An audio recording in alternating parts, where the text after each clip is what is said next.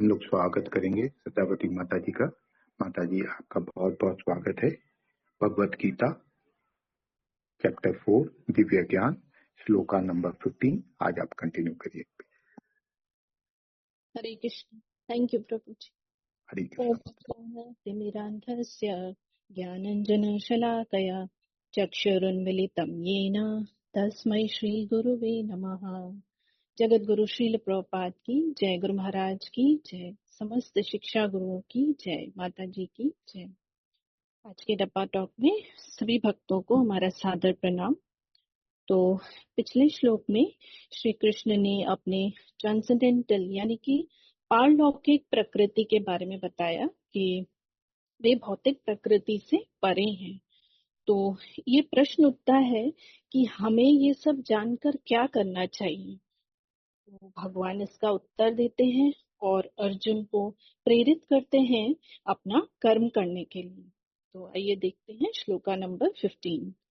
एवं ज्ञात्वा कृतं कर्म पूर्वैरपि मुमुक्षुभिः कुरु कर्मैव तस्मात् त्वं पूर्वैः पूर्वतरं कृतम्। तो श्लोक में भगवान कहते हैं पूर्वैरपि मुमुक्षुभिः, सभी पूर्ववर्ती मोक्ष प्राप्त किए हुए जो व्यक्तियों ने, तो उन्होंने क्या किया, एवं ज्ञात्वा कृतं कर्म, उन्होंने मेरे पारलौकिक प्रकृति को जानकर कर्म किया। मतलब वे सब क्वालिटीज जो भगवान ने अपने बारे में पिछले श्लोकों में कही थी। कुरु कर्मैव तस्मात् त्वं, तो ये अर्जुन तुम अपने स्वधर्म को निश्चय ही करो। कैसे? पूर्वे पूर्वतम कृतम, उन पूर्ववर्ती महान आत्माओं को फॉलो करते हुए।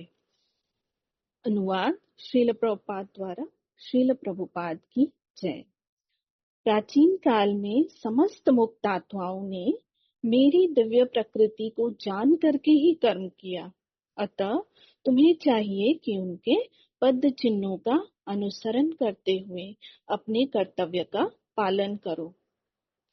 तो कर्म नहीं करना ये तो ऑप्शन है ही नहीं। शुरू में पहली बार जो भगवद गीता पढ़ते हैं वे प्रमाणिक गुरु से नहीं सुनते हैं, तो उनको यही भ्रम होता है कि आध्यात्म का मतलब कर्म का त्याग करना है। भगवान कहते हैं कि उनकी दिव्य प्रकृति को जानकर कर्म करना है।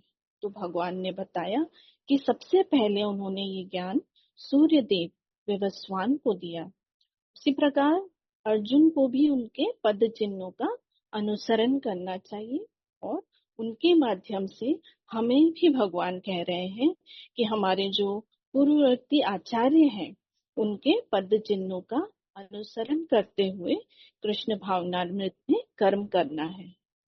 भगवान कहीं भी अपने नियत कर्मों को त्याग करने के लिए नहीं कहते हैं। अनुवाद में तात्पर्य में श्रील प्रभुपाद जी कहते हैं कि मनुष्यों की दो श्रेणियां होती हैं। एक तो वे जिनका मन दूषित विचारों से भरा होता है और दूसरे वे जो भौतिक दृष्टि से स्वतंत्र होते हैं। मतलब एक मेटीरियली बाउंड होते हैं और दूसरे मेटीरियली फ्री। तो जो पहली श्रेणी के लोग होते हैं जिनका मन पवित्र नहीं होता और जब वे कृष्णा कॉन्शियसनेस में आते हैं तो उनकी चेतना शुद्ध होने लगती है। चेतो दर्पणा मार्जनम, जब वे हरे कृष्ण महामंत्र का जप करते हैं और ये मंत्र उनके कानों में जाता है तो ट्रांसेंडेंटल वाइब्रेशन हार्ट को क्लीन करता है। भगवान श्री कृष्ण और हरे कृष्ण महामंत्र अभिन्न है, तो स्वयं श्री कृष्ण हमारे चित्त को पवित्र करते हैं। तो ऐसे लोग जो भौतिक जगत में बंधे हुए हैं उन्हें बेनिफिट मिलता है इस चमत्कारी मंत्र से। परंतु उन लोगों का क्या जो मेटीरियली फ्री है, उनके तो हार्ट क्लीन होते हैं, तो उन्हें क्यों कृष्णा कॉन्शियसनेस फॉलो करना है। तो भगवान कहते हैं कि ऐसे लोग दूसरे लोगों के लिए उदाहरण बनते हैं ताकि सभी लोग उनको फॉलो करें। भगवान कहते हैं कि जो श्रेष्ठ व्यक्ति जैसा भी आचरण करता है सामान्य व्यक्ति उसको फॉलो करता है। इसे भगवान चैप्टर 3 के श्लोका नंबर 21 से समझाते हैं। यद यद आचरति श्रेष्ठस् तद तद एवेतरो जनः स यत् प्रमाणं कुरुते लोकस्तद अनुवर्तते। भगवान कहते हैं कि एक महान व्यक्ति जो भी कार्य करता है, सामान्य व्यक्ति उसका अनुसरण करता है, और वे अपने अनुकरणीय कार्यों से जो भी आदर्श स्थापित करता है, पूरी दुनिया उसका अनुसरण करती है। तो यहाँ पे हम ये इस प्रकार समझते हैं कि दोनों ही श्रेणियों के लोगों को कृष्णा कॉन्शियसनेस ग्रहण करना चाहिए, जिससे कि सभी लाभान्वित हो सके। भगवान कहते हैं कि श्रील प्रभुपाद जी कहते हैं कि जो जीवात्मा है वह भगवान का अंश है, इसीलिए वह शुद्ध है। पर इस भौतिक जगत में सूक्ष्म शरीर में जो भी दूषित विचार हो जाते हैं, तो उसे हम भक्ति से प्यूरिफाई कर सकते हैं। किसी के पास अगर प्रॉपर नॉलेज नहीं होता, तो वह निराश हो जाता है अपने जीवन से। भगवान तो श्रील प्रभुपाद जी कहते हैं कि भगवान श्री कृष्ण से अटैच हुए बिना हम इस भौतिक जगत से डिटैच नहीं हो सकते हैं। जैसा कि हमने देखा कि प्रथम अध्याय से ही अर्जुन युद्ध नहीं करना चाहते थे।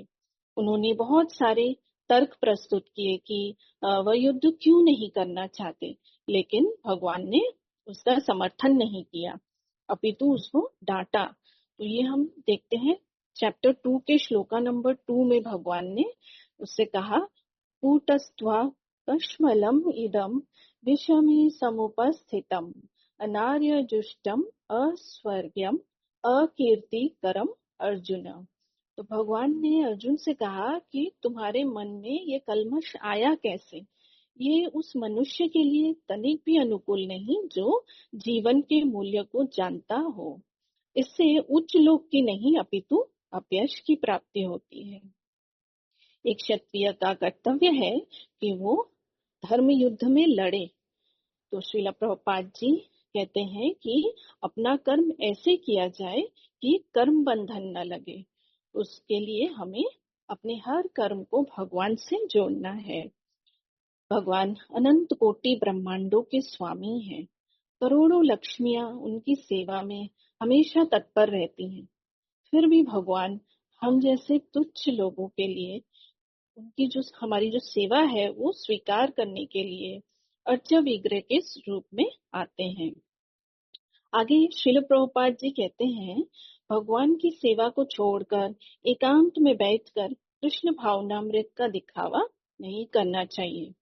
इसको हम एक एग्जाम्पल से समझते हैं। जब माता सीता का हरण हुआ था, तो सुग्रीव ने अपनी सेनाओं को 4 हिस्सों में डिवाइड किया था।